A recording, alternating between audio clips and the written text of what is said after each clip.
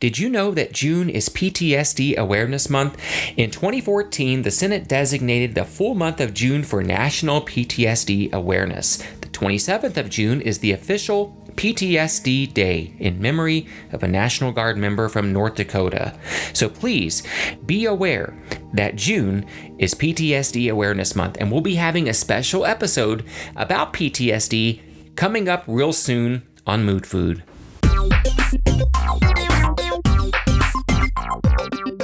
And good day to you, and thank you so much for tuning in to Mood Food. We are now on episode number 7. Thank you so much for taking the time to join us for today's broadcast. The views, opinions, and positions expressed in this podcast called Mood Food are in no way the views, opinions, and positions of the Department of the Air Force, the Department of Defense, the United States government, including resources listed during today's podcast. We are so grateful that you have decided to tune in for today's podcast. We have a great one that I know will apply to many of our listeners out there. Today, we're going to be talking about sleep and the possible issues that you may be experiencing, but most importantly, hopefully some solutions that you can find useful to your sleeping patterns. That's what we're going to be here for you today and discussing.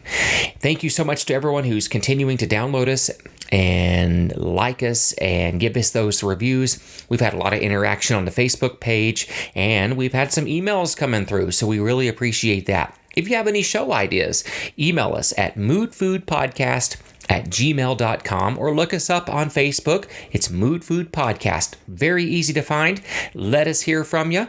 Let us know where you are listening from, and we will get back to you and tell you thank you so much for listening.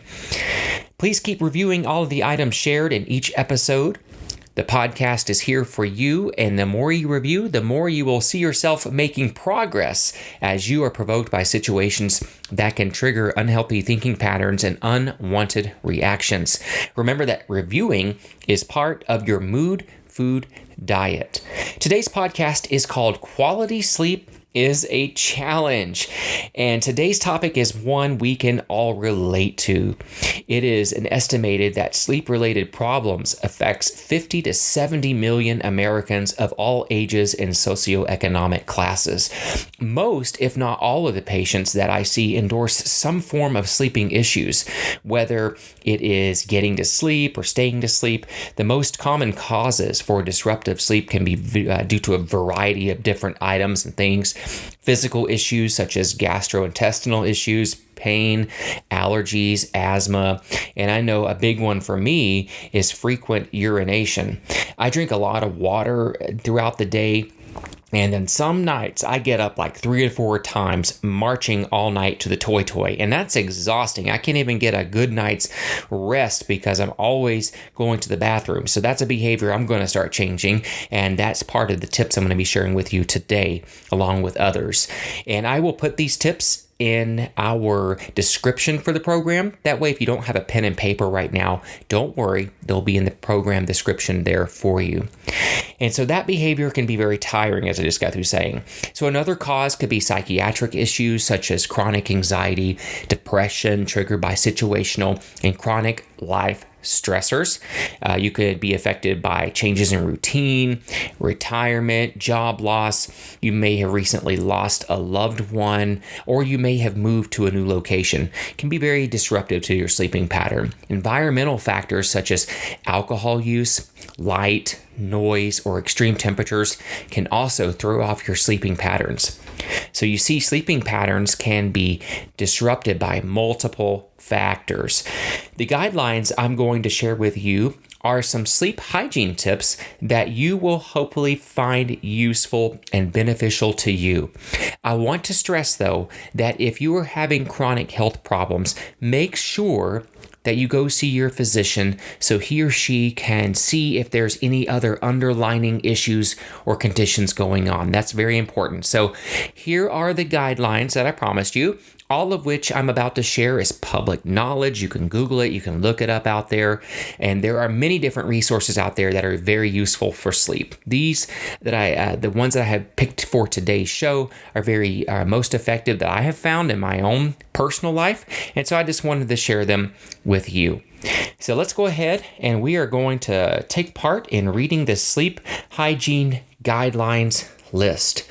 So we're going to start off with sleep only as much as needed to feel refreshed the following day. Restricting time in bed helps to consolidate and deepen your sleep patterns. Spending excessive time in bed can lead to a fragmented style and shallow sleeping pattern. The second part here is have a routine wake-up time. You have to do that 7 days a week. I know that's hard because I do like to sleep in on Saturday and Sunday, right? But a regular wake-up time in the morning will help set your biological clock and leads to regular sleep onset. And the next one is your bedroom should be comfortable and free from light and noise. A comfortable bed and bedroom environment will reduce the likelihood that you will wake up during the night.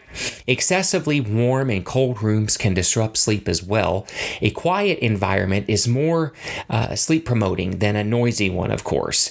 Noises can be masked with background white noises such as the noise of a fan, or you can sleep with earplugs. Bedrooms may be darkened with blackout shades, or you can wear sleeping masks. Position clocks out of sight. And I have to do this because I'm a clock watcher, and if I wake up in the middle of the night, I'm going to look at the clock. And then the next night, I wake up at the same time because I'm programming my brain to wake up at that particular time. So I said no more. So you have to cover up that. So make sure you position your clocks out of sight, since clock watching can increase anxiety about the lack of sleep. Let me tell you, at night, I have 3 sound machines. And we sleep with a fan, and we have a humidifier going, and on my phone, I have another fan noise. And do you think that really works for me some nights? Heck to the no. I have a hard time some nights really getting a good night's rest. So all these tips I'm sharing with you, I do utilize them, and I'm trying to get better at that. But life gets in the way, and sometimes it's just not a perfect situation for me to adopt these, but I'm trying them as I can. Another important thing that I have definitely cut back on is caffeine. You want to avoid caffeine 4 to 6 hours before bedtime. Caffeine disrupts sleep, even in people who do not subjectively experience such an effect. Individuals with insomnia are more sensitive to mild stimulants than our normal sleepers. Caffeine is found in items such as coffee, tea, soda, chocolate, and many over-the-counter medications like Excedrin. This one right here, I'm going to tell on my sister. So, nicotine, bad. Avoid nicotine before bedtime. Although some smokers claim that smoking helps them to relax, nicotine is a stimulant. Hello out there. Thus, smoking, dipping, and chewing tobacco should be avoided near bedtime and during the night. Alcohol. There is a bad reputation out there, or I should say, idea that using alcohol to sleep, is going to be effective. I'm sorry to say, it is not. It is not. And so avoid alcohol after dinner. A small amount of alcohol often promotes the onset of sleep. But as alcohol is metabolized, sleep becomes disturbed and very fragmented. Thus, alcohol, terrible idea for a sleep aid. You don't want to do that. Sleeping pills.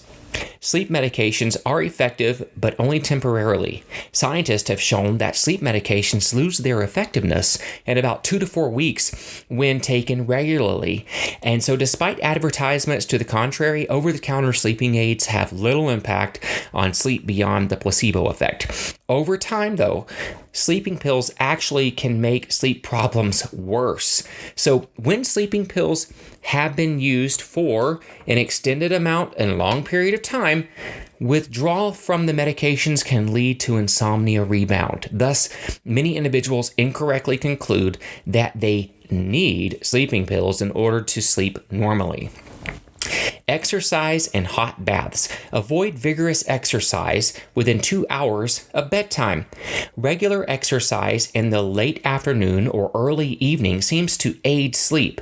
Although the positive effects often takes several weeks to become noticeable, exercising sporadically is not likely to improve sleep, and exercise within 2 hours of bedtime may elevate the central nervous system activity and interfere with sleep onset. Napping during the day. Avoid that if you can.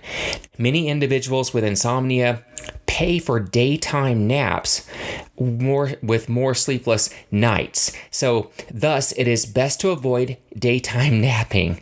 And if you do nap, be sure to schedule naps before 1500 or 3 p.m. Eating. A light snack at bedtime may be sleep promoting. A light bedtime snack, such as a glass of warm milk, cheese, or a bowl of cereal, can promote sleep. You should avoid, though, the following foods at bedtime. Of course, any caffeinated foods such as chocolate, peanuts, beans, most raw fruits, and vegetables, since they may cause gas, and high-fat foods such as potato or corn chips. Avoid snacks in the middle of the night, since awakening may become associated with hunger. Avoid excessive liquids in the evening. Reducing liquid intake will decrease the need for nighttime trips to the bathroom. I'm very guilty of that. As I mentioned earlier, I feel like 3 and 4 times during the night I'm marching to and from the toy, and it's exhausting. So I've already started that behavioral change where I'm cutting off liquids a certain amount of time before bedtime. Do not try to fall asleep. If you are unable to fall asleep within a reasonable amount of time, about 15-20 minutes, or when you notice that you are beginning to worry about not being able to fall asleep, get out of the bed, leave the bedroom, and engage in a quiet activity such as reading. When ready, return to the bed only when you are able to go to sleep. Particularly look for getting sleepy, and then you're ready to try it. And lastly here, don't have worry time in the bed. Plan time earlier in the evening to review your day, plan the next day, or deal with any other kind of problems that you may have been faced with. Worrying in bed can interfere with sleep, of course. It can interfere with going to sleep and cause you to have shallow sleep, and you don't want that. You want to make sure that you are taking care of business, and that way you can go to bed on a clear conscience and a clear mind, not going to bed with a mind full of things that you need to process. Try to do that earlier on throughout the day before bedtime. Remember to keep using the tools to hopefully get a better night's sleep so you can thrive the next day. There will be situations, though, when it is not going to be easy. You may feel more tired than usual, but you can do it. Just stick to the routine and take the steps needed to change the behaviors in your life that you want to change regarding your overall sleeping patterns. And if your sleep improves, that is terrific. Celebrate it like you've celebrated everything else that you are doing for yourself and build off those successes. Thank you so much for joining us for today's broadcast of Mood Food. Please make sure that you subscribe to us, you rate us, you like us. If you have downloaded us from the Apple Podcast platform, please leave us a review there. We would greatly appreciate that. Remember the disclaimer at the beginning, because I'm sticking to that. And remember to keep your mood full of positive mental food always. And if you have any show suggestions or you just want to say hi, let us hear from you. Email us at moodfoodpodcast@gmail.com or get on Facebook and find our page there. It's Mood Food Podcast. Drop us a line there. We would greatly appreciate that. Thank you, everyone, for all of your support. Stay strong, stay healthy. Be there for each other, support each other, and whatever foundation you believe in out there, say a prayer for all of us. We need it so desperately in today's world.